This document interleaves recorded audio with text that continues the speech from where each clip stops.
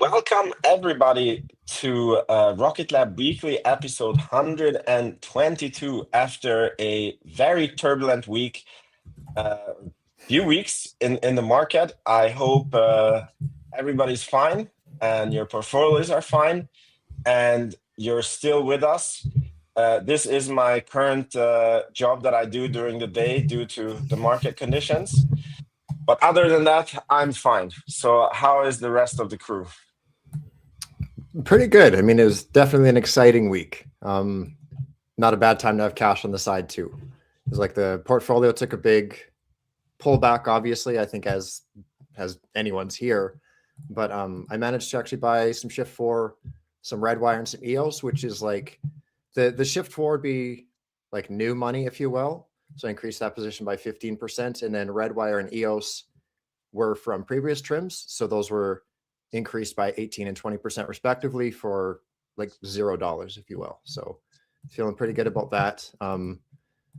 Again, I'm not trying to be like I'm expert at timing or anything, because like I don't think anybody, even still in hindsight, people are like, yeah, what is that? What's happening? Is it going to persist into the future? Seems like it was like an algorithm thing or what have you. So yeah, I mean, interesting week overall though. How are you guys feeling? Good for me. I took the opportunity on the dip to buy some other stocks. Same with I bought some Rocket Lab. I bought about $15,000 worth at 71. And then a couple other opportunities. I think I bought some Bitcoin, some Palantir, some Symbiotic, a few companies that I'm starting to pile into. But also want to apologize for missing last week. I was meeting some of you guys in person, so it was nice to be able to. We got a lot of good kudos at the meetup that we had in New York, and a lot of people saying Rocket Lab Weekly has changed my life, and so that's just like, it really hits my heart, and appreciate all of you guys for coming up to me, and a lot of them talked about you guys as well, Vince and Dave and Scott. So people were asking me like, tell me about LC3, and so it's just it's really awesome. Truly appreciate you guys really sticking with us for 122 episodes, and I'm really excited to see what the next 1,000 episodes look like. Awesome. Really appreciate you guys. And this week I had a very interesting dad moment, because like I was telling my kids like how much the market has fallen, and they got my kids got a reward that was not due yet, but it was like $150 each. And then both of them was like, now we need to buy. Oh my God, Daddy, can you pull forward the reward? And I was like, yeah, sure. And then my daughter, I mean, she doesn't know what, she just asked like, what are good stocks, And then I said, yeah, I mean, Rocket Lab, you should buy more. And I said, yeah, you could buy Tesla, Robinhood, and like we ended up buying Robinhood for her. And the next day she was up like 14%, and I sent her a screenshot like, your stock is up 14%, and then she answered like, Daddy, I don't know this, is that good or bad? So yeah, that warms my heart, that the kids can think like this, when they hear that the market is falling, then they're like, oh, we need to buy more. So that's very good. And I must say, I was thinking, and however bad it feels that the market is falling, Rocket Lab is actually holding up really, really well. I mean, there is so many stocks that are falling like 40, 50, like some is like 70, 80% down. So I know we say Rocket Lab is a really volatile stock, but in this recent downturn, like Rocket Lab has actually been like one of your safer bets. Never thought I would say this, but the lower beta, like it has been the lower beta, Always has been. No, I'm just kidding. Cool. Great. So I think we could start this week. How about we start with the FUD? That like we should start with the interesting. So there has been some news that Rocket Lab experienced an anomaly during the Archimedes engine testing, and this came up. For me, it was like obvious FUD, and I put it so much away that I couldn't find the link. But I think Scotto has some more for us on this. Yeah, I requested a screen share too. I got a couple images to go with it. There we go. So the story is that several Archimedes have blown up to date. But the interesting one, so we have the picture here. You guys have all seen this. They have the two test cells, test stands, whatever you want to call that. This is kind of status quo, what you'd expect them to look like. But the recent FUD is that there have been multiple explosions, one resulting in a secondary fire needed to be put out. This is dated from November 30th, and to make a long story short, you can see that the fire started during a test when an anomaly caused an electrical box to catch fire. So this resulted in the fire department having to meet them out at site and kind of, chill things down a bit. To take that a step further, you can see a couple of pictures in between. So we have September 7th. There's a scorching on the left cell only. So that's where the testing was being done here. And that's the same thing below with no text over top. So you can kind of see it's been used, right? I think the right side is the newer of the two test cells. But then something happened between then and December, and that kind of lines up with this the November 30th date on the dispatch log. And you can see that there is a roof blown off of one of the test cells. So this is presumably the one that took place on November 30th. And then, as you can see, a couple of weeks later, the test cell roof is replaced with no scorching. So that's the one that's been making the rounds. The blow up was so bad that it blew the roof off and whatnot. But the stuff that's not as public, I guess, is that there have been several explosions, and one as recent as January 12th. And that one, I don't have anything as concrete as a dispatch log, but that is just kind of the rumor going around right now. But there are two, I guess, but I want to ask you guys about how you're feeling about this, but there are two things that I want to quickly dispel first, because there are some, I mean, first things first, it's going to happen. These engines are going to blow up. We're in the test phase. It's kind of unsurprising, right? But the part that's kind of has rubbed me the wrong way is some folks have kind of taken it of oh, well, look at the dates that management is selling, et cetera. And they're trying to kind of recontextualize it as though they are hiding the information of the engine explosion, and they sold all their stock before it became public. I went through these last night. Every single one of these is a pre-planned sale that was agreed upon. I think September 19th is the date, mid-September for sure. The only exception is Merlin St. Hill, which is not technically a pre-planned transaction, but it was actually I'm sure there's a more technical term for it, but like an equity swap. So some of her Rocket Lab shares went into a fund in exchange for shares of that fund. So again, it wasn't even this oh, shoot, sweep it under the rug, sell your shares before the news comes out and the stock tanks. So I wanted to quickly dispel that the whole management selling out, after the explosion, that was decided on 3 months prior to when the selling actually took place. And the last bit of FUD that I want to dispel, I mean, well, no, it is FUD. I'm just going to I'm not even going to try to be on the fence with this one. Is there the test site manager left in the past month or so. And people are looking at that. It's oh, he's given up, he's quit. He's the guy who's largely responsible for Blue Origin's BE4 engine as well. He worked on that as well. But people are trying to frame that as though it's things are going so bad that he quit. He retired. He's in his 60s, I believe. So it's, it was just him retiring. Not that he was giving up on the program or anything like that. So no retiring. Yeah.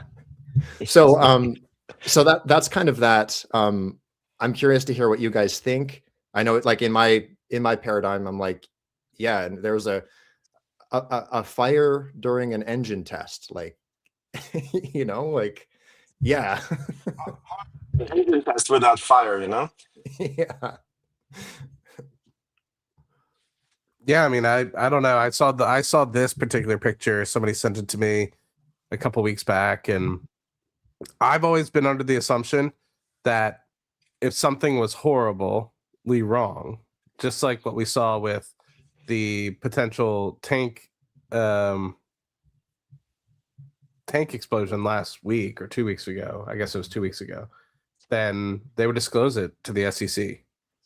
So my thought is that it's either, like it stated, just a small electrical fire, and it wasn't actually something to do with the engine itself, and it was just something that just happened to. But they also have the second bay where they can continue testing. So my thought process is maybe they were trying to test it above limits, right? And if they tested above limits, and maybe it wasn't, but since it's above limits, maybe they don't have to disclose that, and or maybe it was just an electrical thing, and it wasn't going to actually delay things by a massive amount, and so therefore they felt like they didn't. But I think, to me, I think this is this.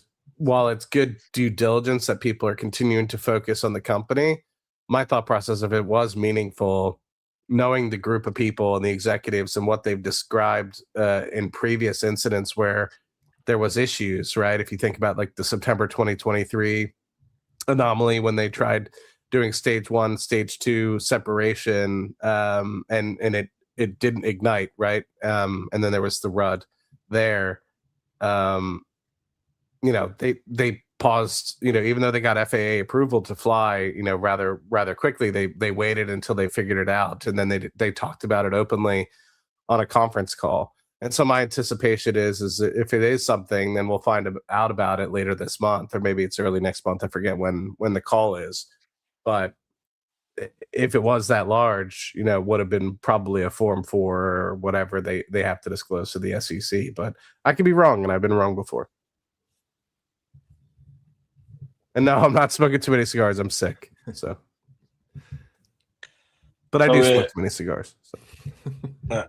We wish you to get better soon. I'm on the same page as you. I mean, for many interviews with Sir Peter Beck, they are also test fast and fail, but as opposed to blowing up rockets, they want to fail on the component level really fast and then redesign.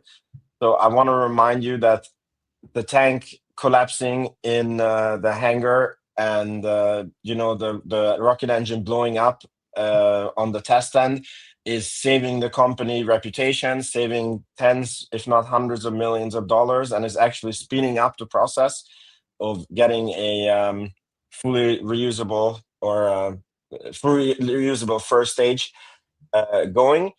And I mean, if you read any books on SpaceX history, I think also when Heavens went on sale, SpaceX has also blown up a lot of engines during testing. I think it's part of testing that you blow up engines. So these kind of things happen. If you look at the structure from different photos, the structure is I think it's, how do you call it? Like, it's made in, like, the structure is made in a way that if things blow up, it's very easy to rebuild. Like, the roof is just a plate that you take off and put on a new one. I guess it takes no time to do it. So as I said, I saw the news, I yawned, and then it disappeared, and I couldn't find it again. That's how much I feared from this news. Yeah, I think that's a fair take. And to kind of echo what you guys are saying, the additional rumor, which I think is valid, that there have been multiple engines blowing up. I think that just kind of underlines what you were saying in particular, Matt, where it's like, when that main structure failed, that wasn't supposed to happen. You know what I mean? But like the engines, like they've been very clear, like, yeah, we're probably going to blow something up along the way, including that big tank that we saw close to a year ago now, where it's like, yeah, that we didn't need SEC filings for that because it's going to happen. They've been very clear about that compared to something that wasn't supposed to collapse or crumble. I was actually thinking this might even be bullish. So let's look at this. Like maybe the engine program is doing so well that they have enough engines and they feel like they can like push things to the absolute limits now. Because even if things blow up, like they have, because logically, like first you would like run the rocket very slow and smooth, and you go up to 90%, 95%, 100%, then you test. Can the engine do this? Can it do that? And then only when you have all the information and you're like, okay, let's push it to the absolute max, is when you would like maybe have multiple engine failures in a couple of months because you're at the very end of maybe the qualifications testing, and you're very confident and you have a lot of engines. I don't know, but yeah, could even be a bullish thing. Yeah, I mean, I don't know. Maybe maybe this is copium, but to me, if you think about it, you always want to know what the maximum capability of everything that you do is, and to me, if they were to try to re-rate what the potential lift capacity is, now that they actually have it on the stand, now's the time to do it, right? And so, I'm cautiously optimistic that if there was any issues with the engine, we would have already kind of heard about it. They've been testing them now for over a year, if I remember correctly, right? It's been since like middle of last year. And so if there was any major design flaws, I think that we would have already kind of heard about that. We've had several conference calls since.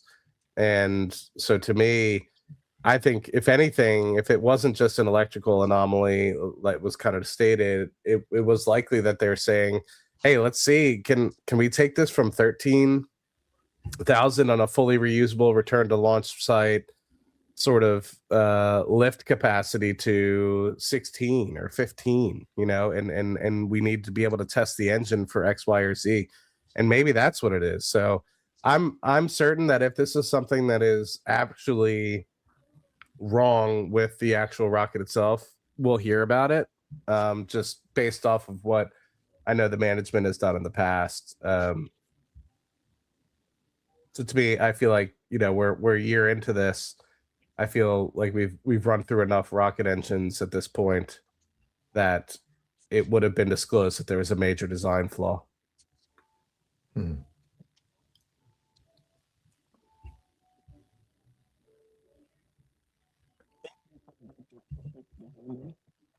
we move on to the next one. So let's start with Rocket Lab news. So Rocket Lab posted more than 100 spacecraft were safely deployed to precise orbits by Rocket Lab separation systems in 2025, soaring past our previous annual record of 64 separations. Another 100% mission success for these critical systems. And I actually saw that Scotto posted a tracking of the separation systems, and that business is a no joke. And I'm actually curious, guys, where's the tech support? I'm not sharing the screen. So here it is. And here's the previous Rocket Lab post that I mentioned. Okay, but we go back to Scotto. So I never thought anything about this Rocket Lab separation systems business. So could you elaborate a little bit on this tweet, why you think it's such a big part of Rocket Lab's business, and how it's going for them? I mean, so they acquired PSC in 2021, I think it was, and it's just like kind of every story that we're hearing with Rocket Lab when they acquire someone. It's just like they were kind of humming along, had a good product, but didn't have the scale that's needed. So, I mean, I think that tweet kind of like capitalizes it very succinctly, where it's like the number of reaction wheels that were launched in 2025 is 28% of PSC's lifetime, which is since 2001. That's how many have launched in 2025 alone. So it's like it's I mean, it's growing like kind of like with you, where you see with like the reaction wheels, where it's like 106% increase over the year prior. the separation systems, that is. And it's just, oh man, you like pick your component and they're all growing at like, 40% plus, it seems, is a safe assumption. What do you mean by additive and cumulative? I got it. Yeah. Sorry. So, yeah. Cool. So in other words, Rocket Lab can acquire and tuck in companies really well. Mm-hmm. And I think that's a huge piece, right? Because you see so many companies out there that try to do bolt-on acquisitions and fail. And I think that this is why, and I said this last week at the meetup, like I think that the appreciated hero at Rocket Lab is actually Adam Spice, and in the partnership that they have between Sir Peter Beck and Adam to recognize what is a really good bolt-on acquisition that they should have in their portfolio versus what they can build in-house. And I think it's that experience that Adam got at Broadcom, which is also a phenomenal bolt-on acquirer, and he then applied that expertise to Rocket Lab. And I think it's a beautiful dance that they're both doing that ends up showing up in great cases like this.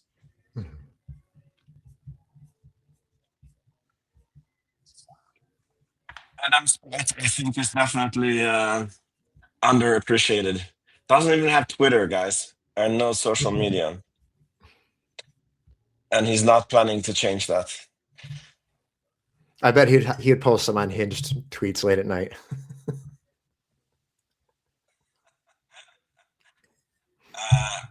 Cool. Remember, guys, if the stock price hits 400, he said when we did our first interview that he will get a Sir Peter Beck tattoo with us. So, so we are 20. At one point we were. Sorry. I will too. Yeah, definitely. Yeah. I'll fly to wherever he's at. I'm like, let's go, my guy. Where do you want it? Okay, to be fair, he didn't say together with us, but he said that he will also get a Sir Peter Beck tattoo. But yeah, we should make it together somehow. Yeah. Cool. All right. So the next post is Rocket Lab posted. Let me just check. Okay, good. You guys can see what I see. So introducing a disruptive new launch capability requires more than just building a new rocket. We're looking well beyond Neutron's first launch to scale production and launch cadence quickly. It's a strategy we employed for Electron and now one of the most frequently launched rockets in the world. To do this, we've established 4 state-of-the-art facilities enabling streamlined production, R&D, test, and launch for Neutron beyond Flight 1. And then they show off the facilities. This is, I think, is always good to go over again and again. So Engine Development Complex, Long Beach, California, the home of the Archimedes and Rutherford rocket engine production. EDC is where our rocket engines begin life in our advanced 3D printing facilities, which churn out engine parts day and night. I believe this is the old Virgin Galactic factory that was acquired by Rocket Lab for pennies on the dollar, right? I think so, yes. I'm like 90% sure, yeah. So the next one is Archimedes Test Complex, NASA Stennis Space Center. This is the one where maybe the roof has been blown off. The home of the Archimedes engine testing. We have side-by-side test cells to enable multiple hot fire and qualifications campaigns at once.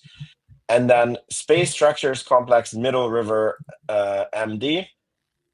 Neutron is the world's largest carbon composite rocket. So it's only fitting that we create the world's largest automated fiber placement machine of its kind at our Space Structure Complex. It's here that we automate much of the Neutron's carbon composite production before we head to Launch Complex 3 for final assembly and launch. So this place is where the tank collapsed, and this is the place where we thought Neutron parts are manufactured, and we were very surprised to see that they were coming, like the Hungry Hippo and other parts were coming from New Zealand. Okay, and then the last one is Launch Complex 3, the Mid-Atlantic Regional Spaceport on Wallops Island. Neutron's gateway to orbit. We've streamlined operations by establishing LC3 right next to Electron's pad at LC2. US launch sites are typically crowded with rockets jostling for launch slots. Wallops is one of the least populated US launch sites, giving us more launch availability to enable high flight cadence. So this for me is very great to see, and also that while we're waiting for Neutron, it's like they are really setting up the infrastructure so that we can rapidly go on to launch 2, 3, and 4, and hopefully repeat what Electron has done and become one of the fastest rockets to scale to 100 launches and beyond. What do you guys think? Yeah, I mean, looks like they're firing on all cylinders. Love to see it. Yeah, they're firing on all cylinders and roofs and everything. Yeah, firing. Yeah. The thing that was confusing to me is the middle tank. So if you go back to the previous picture where they were kind of at the Virginia, Yeah. or Maryland, I guess. I don't remember if it's in Maryland or Virginia. But like, look at that tank structure compared to the ones that they've output. Like, so it's a little bit confusing to me. And Scott, you're smarter than I am, but this seems like one cohesive, printed sort of structure, versus the other one seems like it's utilizing smaller print structures that are then connected together. And so I'm curious if, like, eventually the hope is on serial number 2, 3, 4 of the entire rocket, if it ends up looking more like this with one cohesive structure, or how's that going to work? Or is it just specifically this part that is going to be 3D printed like this, and the rest of them should be specifically anyway. Yeah, I don't know. Good. Yeah, like I know the first one is going to be like more modular, whereas like to what you're saying, Matt, like that very, very large printing machine will kind of spin up like larger and larger pieces as time goes on. I guess it's kind of like what we saw with that that Archimedes that was at LC3. You know, it was like there's all the like those sensors and like inputs and stuff, and there's even an agreement with I think it was with Nikon, if memory serves, where the premise is, someone is pointing to the rocket, like this piece and this piece, those are going to be just one, this piece and this piece. And it's just talking about like just kind of streamlining the process and like reducing parts over time as these technologies kind of prove themselves out. This is what you mean, right? That this tube, for example, if you look at it, it's different on the top, and there's like these stripes on it and different colors, and it looks like it was patched and pieced together, as opposed to, which there still will need to be, right? But that looks like it's like 1/3 of that other structure, right? And you could put 3 of those on top of each other to make the one midsection that's necessary. That's a very interesting observation, actually. And I think, let me see if somebody knows the answer in the comments. Because I was also wondering, like, how come they don't mention the New Zealand site? Because that's where like some components came from now.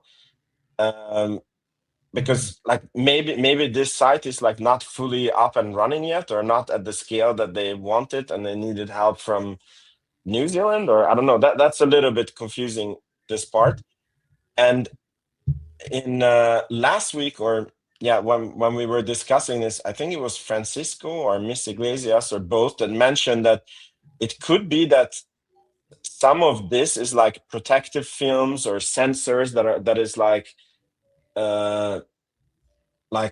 put on the rocket to test certain things. But yeah, it's a very good observation, Matt. It's definitely very, like, the two tubes are very, very different.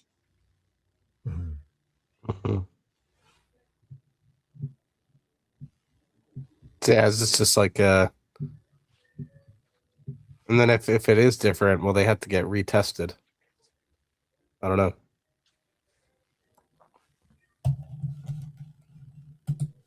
Did we ever get clarification if this was third party? Yeah, we did. Yeah, the first one was indeed third party. I think Jacob, I see you in the chat. The that third party one that was made in New Zealand, if memory serves, right? Pretty sure that's how I remember it anyway. From after last week, it was followed up in the chat. Well, somebody said the third party tank was not the failure. Wasn't the Francisco failure. said That structure of stage one was bad and had a lot of defects in the carbon fiber. Interesting.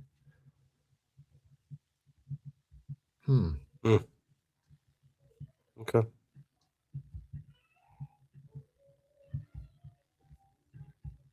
Third party tank was good, they said. Okay.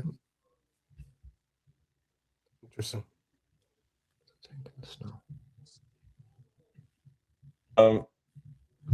Dan, I want to go in the spirit of looking at Stannis and the engine burns. This was a picture. I believe that Francisco was the one who noticed it. Like the picture on the top is like the first burn that we have gotten, and we still admired it.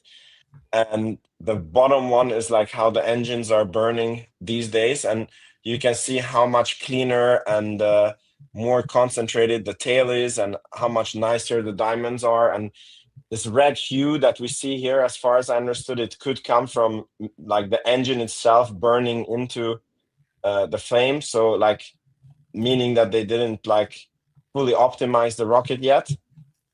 So clearly they're doing very, very well with the engine testing. I don't know if you guys have any comments on this. No, I mean, it's cool to see, especially in light of the like what we were talking about earlier. Like, yeah, like there's going to be good tests and there's going to be not so good tests. But as you can see, the trajectory with the cleanliness of the flame. I don't know if cleanliness is the technical term for it. I'm sure it's not, but it's definitely a sign that we're heading in the right direction. Yeah, that's something I also wanted to look at, as well as going through the pictures that we have been able to see of all the different test site and how different it's changed, to see, you know, how impacted, if there was an explosion, how impacted the local structure is, because all those not 3D satellite images makes it a little bit more difficult to understand what the true impact could have been.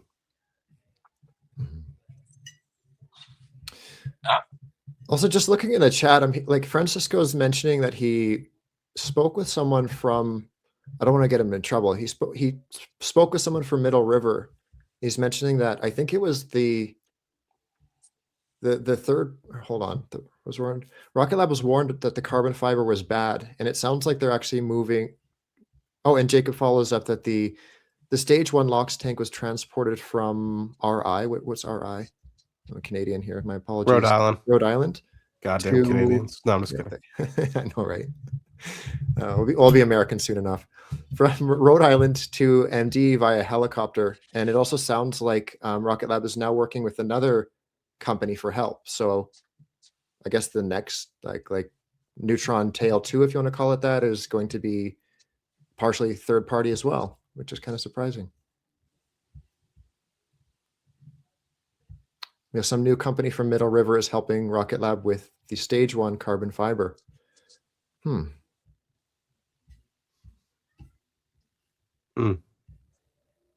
So yeah, I don't know. Going back to the engine and the burn, it's like, it looks like that they've like definitely optimized the amount of fuel that's necessary, right? Because I'm just like thinking, I don't know, I'm no expert, right? But if you're using methane and hydrogen to really get this going, and you just have pure blue, I mean, that's just like pure fuel being burnt. But if you have the reddish, it's probably due to excess fuel in the not fumes, but the exhaust, and then that has the opportunity, because you're burning everything else, to kind of reignite. And so it kind of makes more sense too, because it's like, if you look at it in the actual stream coming from the bottom photo, it's like you don't have that. Or maybe it's because it's blue on blue, but you don't have that auxiliary sort of like tail of kind of like diffused, looks like burn. But in the top one, you could almost put like the bottom one on top of the top one, and just recognize that like the excess around in the red is completely gone, and that's what I anticipate is this like excess fuel that needs to be burnt off. So it's likely just due to optimization, which is really cool. Yeah, the cleaner burn. I mean, Francisco said it in there, but it's just cool to kind of look through it. I think hopefully we will have an interview with the management team after the earnings, and then we could ask them this, for example, like show Sir Peter Beck this picture and say like, what's the difference between these two, and like give us some technical insights. I think that could be really interesting. Cool. All right, so that was all the Rocket Lab news that I had for this week. I do have some other news that are probably majorly important for Rocket Lab. We will end with the really big news, but we start with this one that I thought was interesting still to bring up. So House takes first step toward creating a commercial deep space program. And apparently there's a new reauthorization act for NASA that is going through the House, hopefully will be going to the Senate. And they reworded that NASA does not need to use the SLS rocket to go to the moon or to do deep space exploration.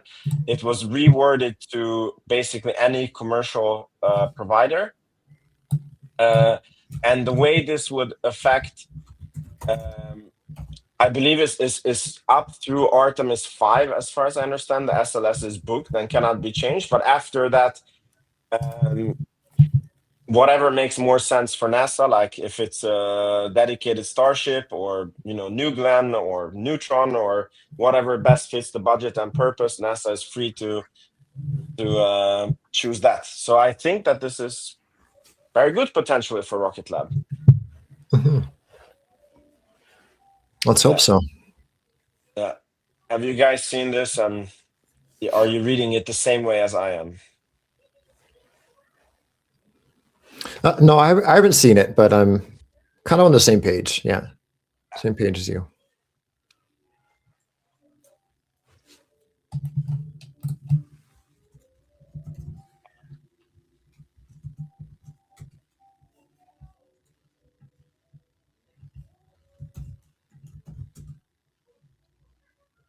Oh, Vince, you might be muted. Do you hear me?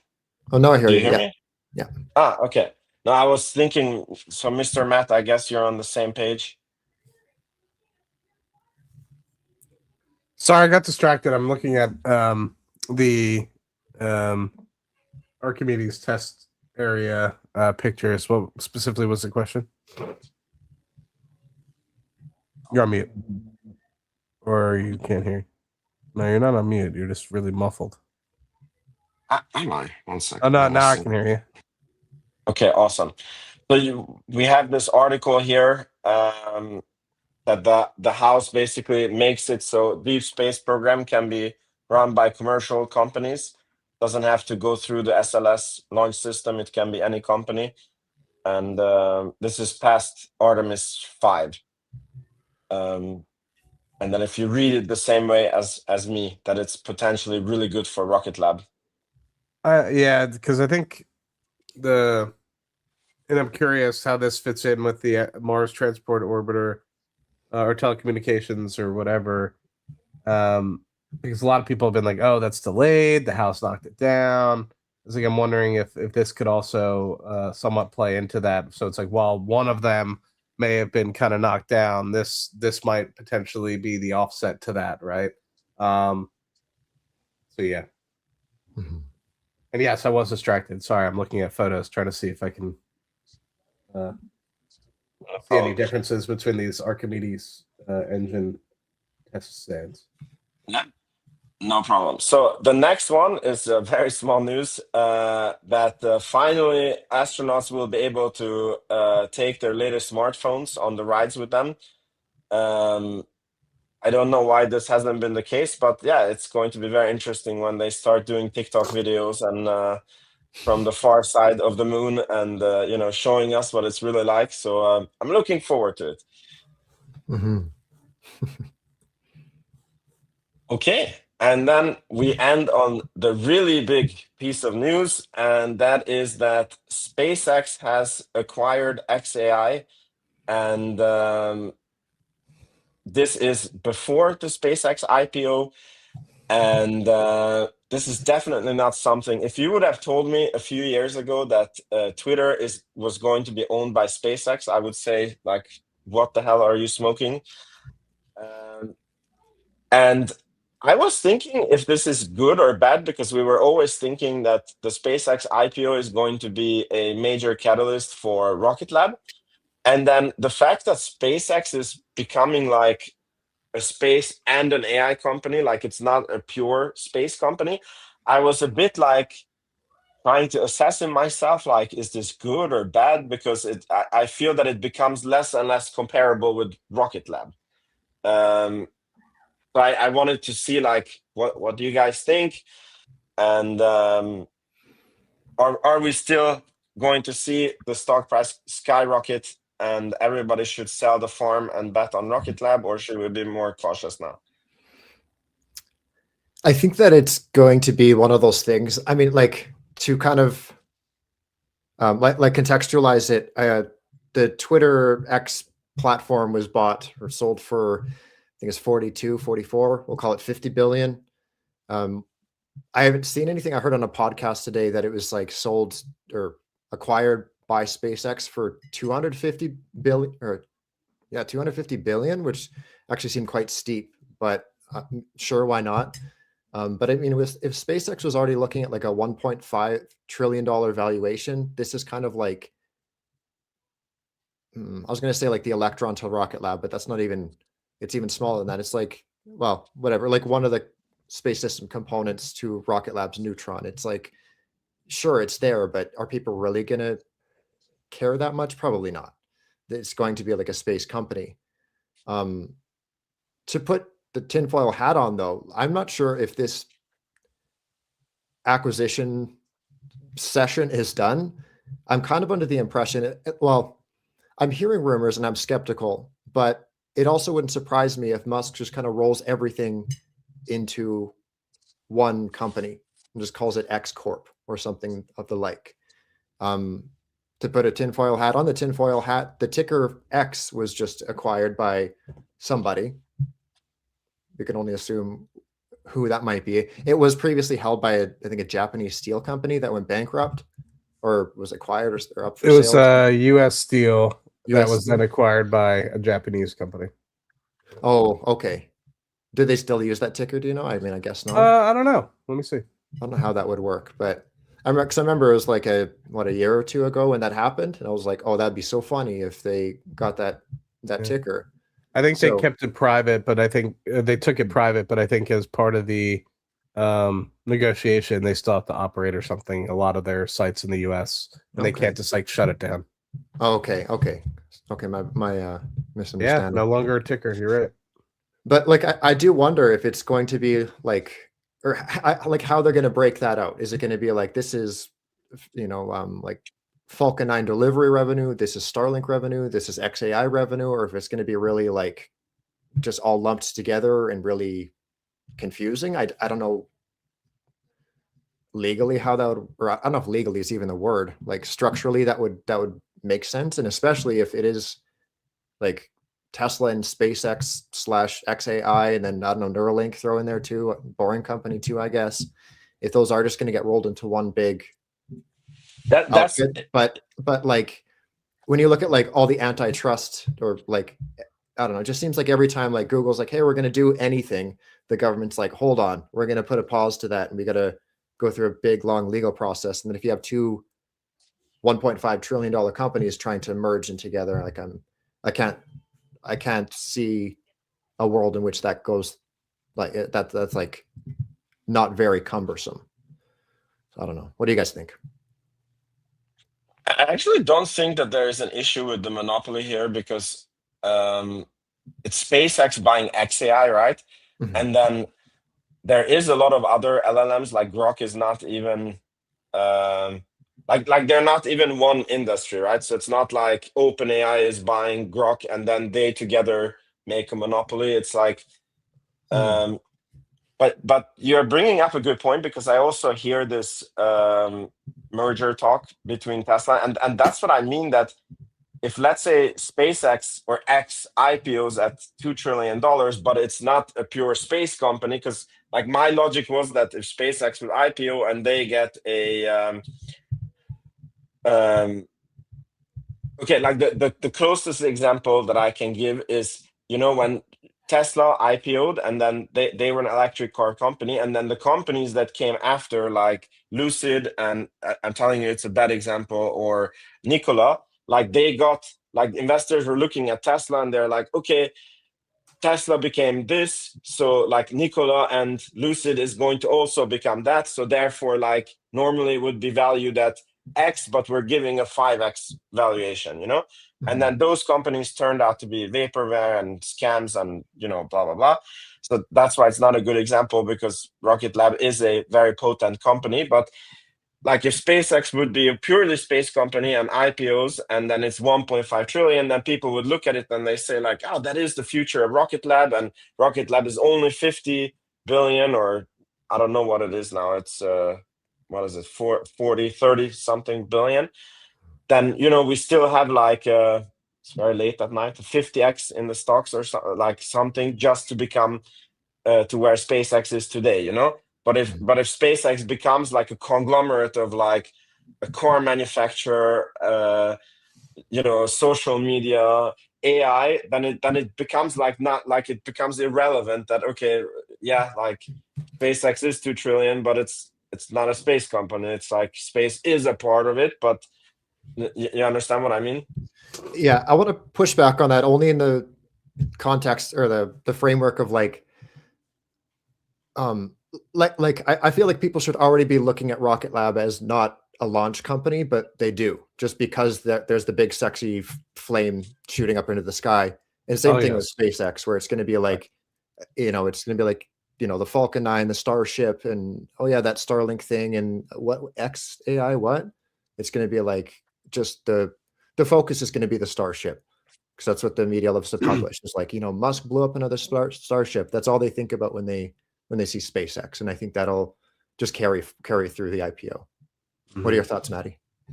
I mean, my thought process around this, I got a lot of questions about this, particularly last week, and to me, I think them having disparate goals, meaning SpaceX as an entity and Rocket Lab as an entity, I think is very useful. I mean, I'm not saying that Rocket Lab doesn't eventually want to put people on in Mars, but I think that might be a longer term journey. I think right now they just want to make sure that they make life better here on Earth, and then that to me means it's going to be more Earth focused, whereas I think SpaceX is very much Mars focused.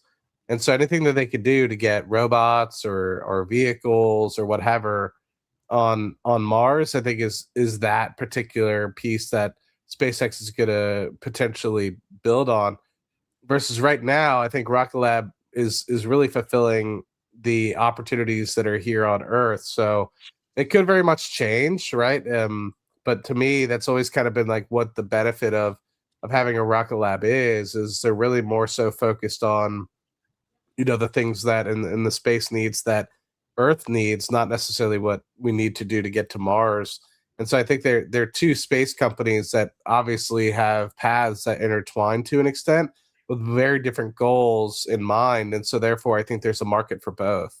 And so to me, you know, a prime example of this is like they're eventually going to move to Starlink V3. And this is something I said in one of my recent videos, but they're eventually going to move to Starlink V3, and that can't be launched by the Falcon 9 rocket.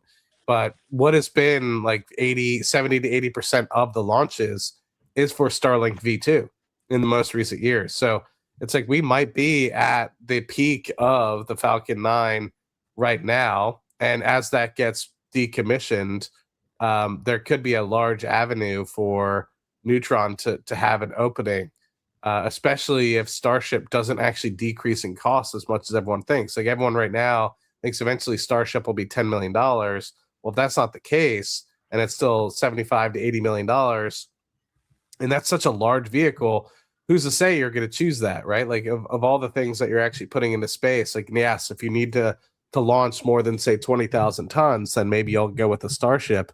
But if you don't need to, you only need 10,000 pounds of what you need, or 10 tons to put up into space, you're going to go with the Neutron, and therefore it leaves an opening.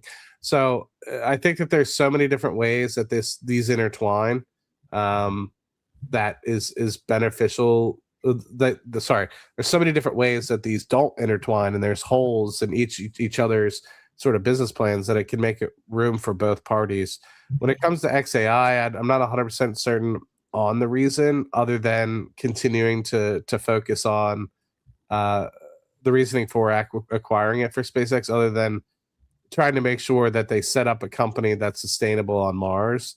But to me, I don't necessarily have an idea as to how it's going to help them as a space entity, rather than more sustaining life on Mars, which kind of gets into a different piece, right? It's like you need space in order to get to Mars, but is life on Mars really what? I don't know. So I'm still trying to fully comprehend the strategic intent of it. I understand why they're doing it, but the strategic intent is where I'm kind of scratching my head a little bit.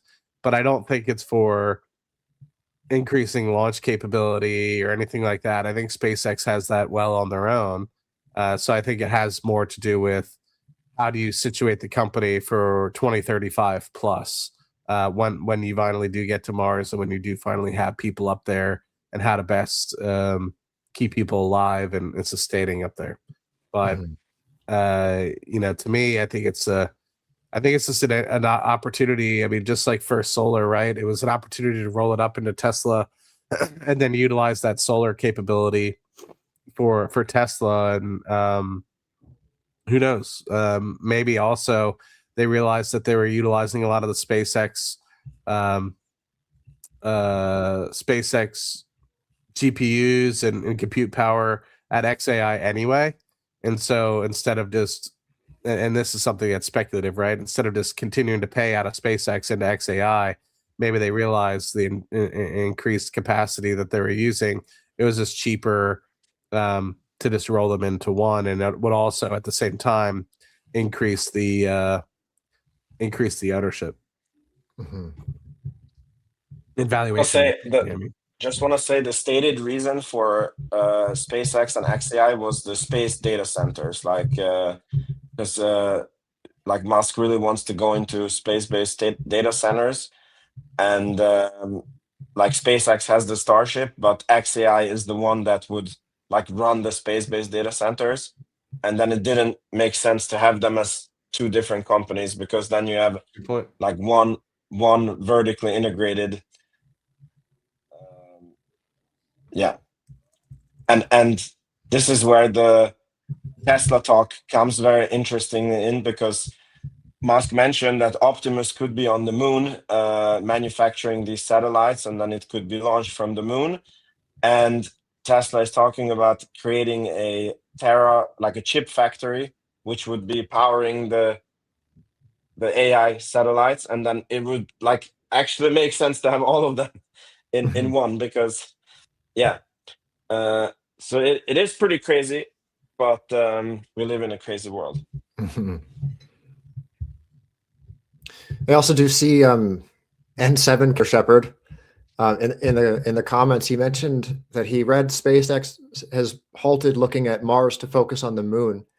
And I found that really interesting, seeing this piece of news kind of with Blue Origin halting their new Shepard program around at the same time. It seems like for whatever reason, everyone's just like, stop what you're doing, data centers in space, let's go fast. And like when you kind of consider the market that Neutron could service, it's going to do a lot better just delivering these satellites to low Earth orbit versus trying to build a base on any other planet. So whatever the reason for this big pivot so quickly, It seems very beneficial for Rocket Lab as a whole, like as a space or a satellite builder, but as a launch provider, almost especially.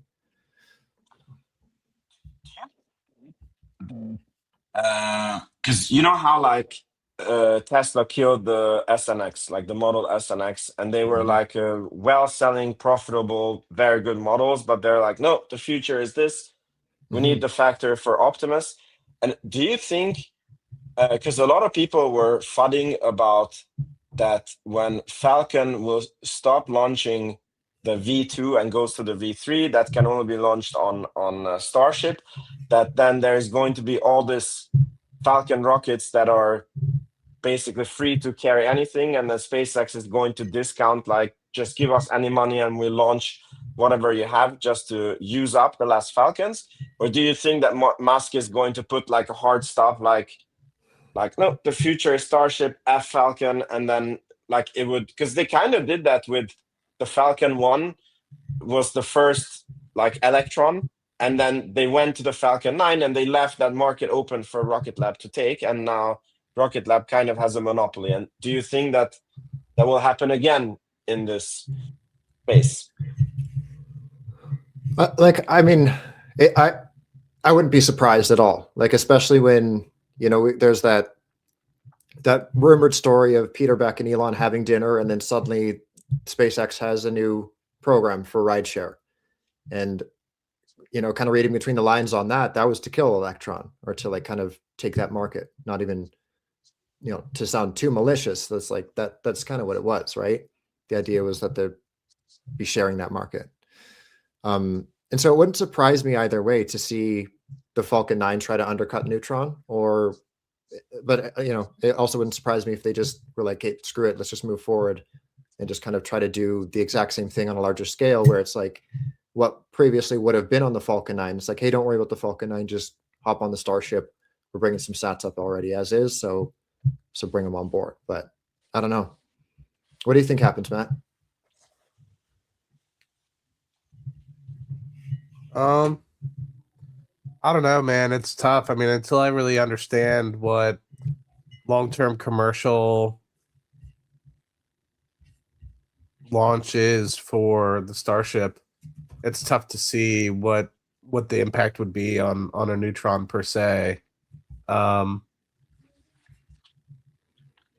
it's interesting to kind of think. I mean, all I keep hearing is that they eventually want to get it down to 10 million or something along those lines, and whether that's 10 million to launch each one, or if that's 10 million to the customer, because that obviously will have massive implications potentially on Neutron.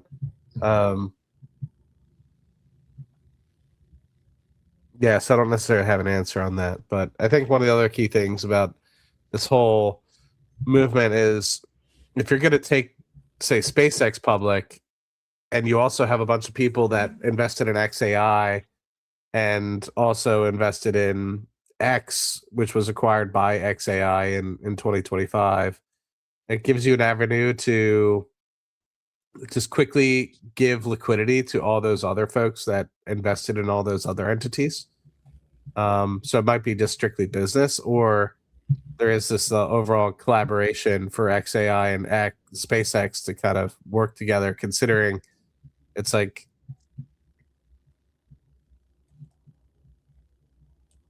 yeah, I don't know. I'm not fully digesting it yet. All right. And last question. Do you guys think that there is a world, so if let's say the market continues to shit the bed, that SpaceX like pulls back the IPO and they wait until like there's better times, or they are like dead set and they're going to IPO no matter what in June this year, which is 4 short months away? Just based on the hunch alone, I bet they're going full steam ahead, kind of regardless. I'm not sure how it works behind the scenes, but I'm wondering if that 1.5 trillion is already locked in, and if SpaceX does see that, you know, kind of, you know, what could anticipate to be crumbling in the interim, if they would just be like, you know, screw it, let's just go live and kind of deal with that as it is and still go live as 1.5 trillion, or if that would be re-rated. I don't know. But I'm quite convinced that it's like, I shouldn't say convinced. I'd be very unsurprised if that whole Tesla X Corp rollout is not, if we don't see that sooner than later. You know, especially with what you're saying, like Vince, with the whole Optimus on the moon type situation, where it is a little bit perplexing too, because like if you want to really like split hairs, a lot of the initial XAI stuff didn't really make a lot of sense to me, because I'm like why are they dividing the teams? Why is X not just brought onto Tesla? Because they're taking essentially Tesla's talent, Tesla's hardware, and kind of their capital, depending how you're looking at that. Like, why are those two different things? And now Tesla's, you know, paying, I think it was $2 billion to buy some of XAI, but then it's also being bought by or acquired by SpaceX. It just seems a little bit like kind of all over the place, and a little bit frustrating as a Tesla investor, because it's like, well, why isn't Tesla acquiring this? Like, Grok is going into the Teslas, like the Optimus are going on the rockets. Yeah, Vince? I think Musk has also said it, because there's two ways that you can pay an AI engineer, and you know you have to pay market for AI engineers. One is that you give them stock-based compensation, and the other one is that you give them a salary. So now any AI startup that the engineers join, they know that it's going to start at 10 billion, and then it's going to go to 50 billion, and then 100 billion, and then so Facebook, for example, they didn't have this because Facebook is a very mature company. So what they needed to do in the end was to actually pay AI researchers like $1 billion salaries, because they like the stock-based compensation was not attractive enough. So Tesla had the same choice. Like, Tesla is a mature big company, so they could like drain their cash balance and give this insane pay packages to the AI researchers, which I think would not have worked in Tesla. Or you make a new startup, give the stock-based compensation, give a low pay to the engineers, and then the stock basically pays them as it appreciates, which ended up happening in these mergers. Yeah, like I get it from that angle, but I'm just kind of like, it just feels a little bit like, I don't know. I don't know. I'm sure there's more behind the scenes, but I just can't help but look at that and be like, wait, what? And hey, Like, France is going to invest $30 million to make the EU AI leader. Just read it on Twitter. I'm sure it will work for them. It's the price of I calculated it's probably like 0.1, so like 10% of a top-rated AI researcher in the US, without buying any chips or setting up any data centers. So I'm sure the US is shaking in their boots. oh boy. I think the only thing that would stop the IPO of SpaceX is if it's not going down the right path. Like, if the entire DD that the largest companies are doing to kind of bring it public say, all right, well, we're going to IPO at less than $1 trillion. Then I feel like they might say, okay, well, then we'll just wait a little bit. We'll wait until, you know, this happens or that happens, and then try again. So I do think that there is a potential stop out where Elon wants to ensure that the people that have invested with him along the way into both XAI, as well as now SpaceX, that there's that liquidity that they will deserve at the valuation at which they believe they deserve. So yeah, that's the only place where I think it would potentially stop.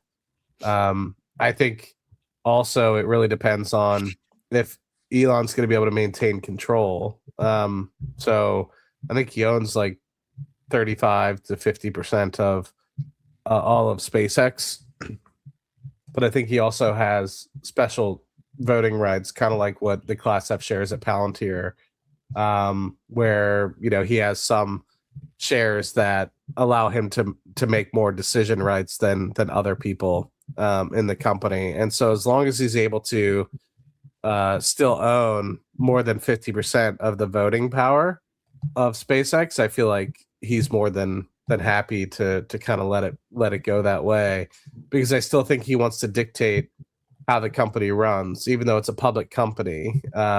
He still wants to dictate, the mission of the company, because if it was up to, I think, the shareholders, they would more likely focus specifically on Starlink and making sure that that is the most profitable engine, while not seeking out Mars as an opportunity. And so therefore the whole reason why SpaceX was created in the first place, which is make life interplanetary, will then cease to exist. And so it'll be interesting. I'm very curious to see how these negotiations and talks kind of work. I know that Elon has a lot of space in terms of being able to only own probably like 25 or 30% of the company, but still own majority of the voting.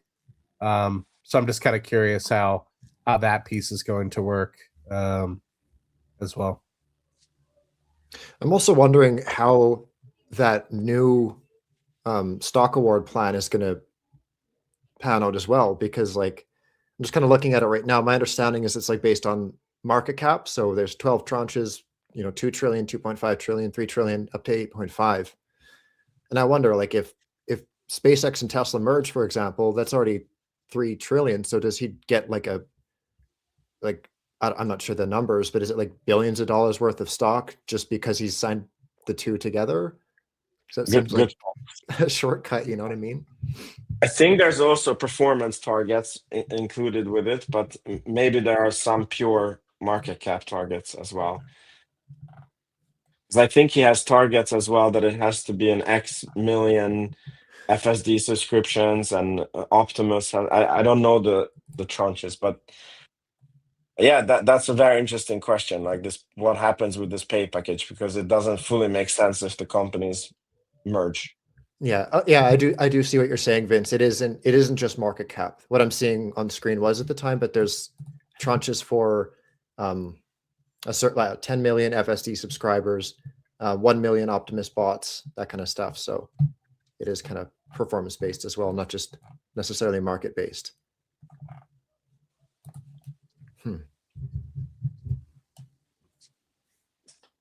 I think this was all that I had for the show this week. Let's free Scotto, free Alberta. I saw on my YouTube comments from last week, somebody asked me if I'm French Canadian. I don't know what gave that away, but yeah, that's my new identity. I'm French Canadian and I work at McDonald's. So yeah. Anyways, so what do you guys think about the market? Did we bottom out now, or are we dipping more? Or I want to know if I should give my 2 weeks notice at McDonald's, or I need to keep. I don't know. I really don't know. I have no idea. It wouldn't surprise me either way. Like I don't know if people continue to panic, or if that kind of algo training or earnings season, whatever you want to blame it on, is kind of wrapped up in the past. I don't know.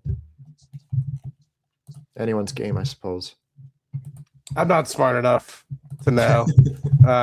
What I will say is that every 2 weeks, I'll have some cash when it's the 15th next. I think I have a bunch of buys set up for the 16th or 17th next week, because I think it's going to be a holiday on the 16th for us here in America. So I think I have a bunch of buys set up for the 17th, which will include my normal. And if I happen to stumble across some money, if I think the price is right, just like I thought at $70, I'll, put as much as I can into the market. But yeah, I'm not nearly smart enough to be able to determine whether or not I think this is going to persist. But I think that one thing that I have been saying for quite some time is the companies that aren't executing and don't have the revenue to stand on, which is not Rocket Lab. Rocket Lab, while it might not necessarily have the greatest price to sales ratio and it might be overvalued, I still think it's in a different league than some of these, say, small modular reactor companies that are kind of hoping that some of their technologies actually flow through, and they don't actually have a working product as of yet. Those companies, I think, are going to continue to struggle in this sort of environment when people try to get risk off. And I think that's also explained by people selling out of Bitcoin to an extent, is they want to get risk off. And while I don't think Bitcoin is as risky as an asset as it used to be, I still think it's a thermometer for retail investor and to understand what gauge of risk people are willing to kind of accept. And so I think it might be tough for the next few months. I mean, there will be some companies that rebound and have already started to rebound, like Rocket Lab and many others. But I think some of the other companies that are continuing to see whether or not their revenue actually shows up for them will continue to be tough, and they might rebound slightly. But I think in the next 1 or 2 years, it might be a cooling off period, which is also beneficial, right? Because if you see the companies, just like with Rocket Lab, if you see the companies that are still getting to that point of revenue generation and executing, you might be able to pick them up for pennies on the dollar. And so this is hopefully a good opportunity for folks to potentially put money in. And I think for me, it's been now my goal to potentially sit on a little bit more cash than in the past, because even in this go around with this retracement that we've been seeing, I don't have nearly as much cash as I'd like to be able to deploy. And so I think for future years, I think I want to add a little bit more cash into my portfolio than I have in the past, and also allows me to have that flexibility that if I wanted to take some time off or take a trip or something like that, I don't have to be so cash strapped for a month or two while my salary catches up. It's like, no, I have a little bit. Let me just pay off all the credit cards for the time being and live a happy life and reestablish that equilibrium in the cash balance. But right now, I'm mostly just, like I always state, like paycheck to paycheck, just always putting money into the market. Like I live like I still was when I was like in college to an extent, from like never having any money in my checking or anything like that. So I need to transition more into a cash balance that is more sustainable for the long term. Matt, if you don't mind me asking, what's your cash historically been, like as a percentage, and what are you planning to do going forward? Like zero. Okay. Yeah, like zero cash ever. If I can scavenge up money, and a lot of that was like, oh well, I'll just use the SPY as my cash account, right? Like, because I invest a lot, I'll just say, of my monthly allocations towards stocks and just the SPY, whether that's in the 401k or whether that's in my individual brokerage account. And so, and I did do that a little bit to an extent with Amazon. When Amazon tanked on Friday morning after the Thursday earnings call, I did sell some of my SPY to put it to Amazon.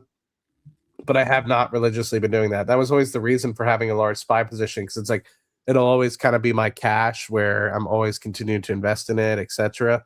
But it never really has been that way. And so it'll be nice I hope to get it closer to 5%.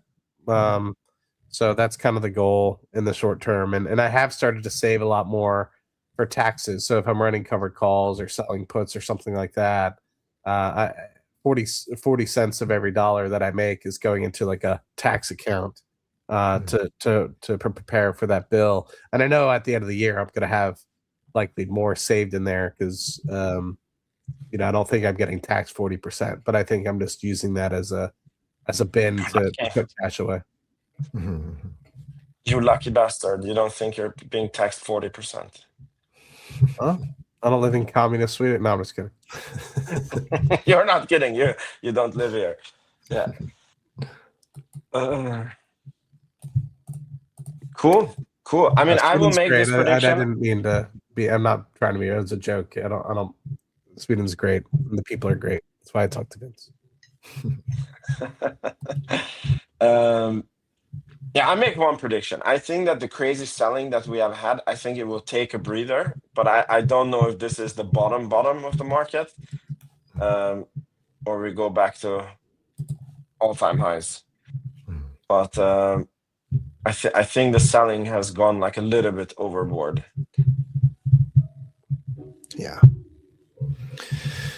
Before we wrap up, I saw in the chat, my apologies, I don't remember the name. My bad. Either way, Firefly's Alpha is expected to launch on, wait for it, Friday the 13th.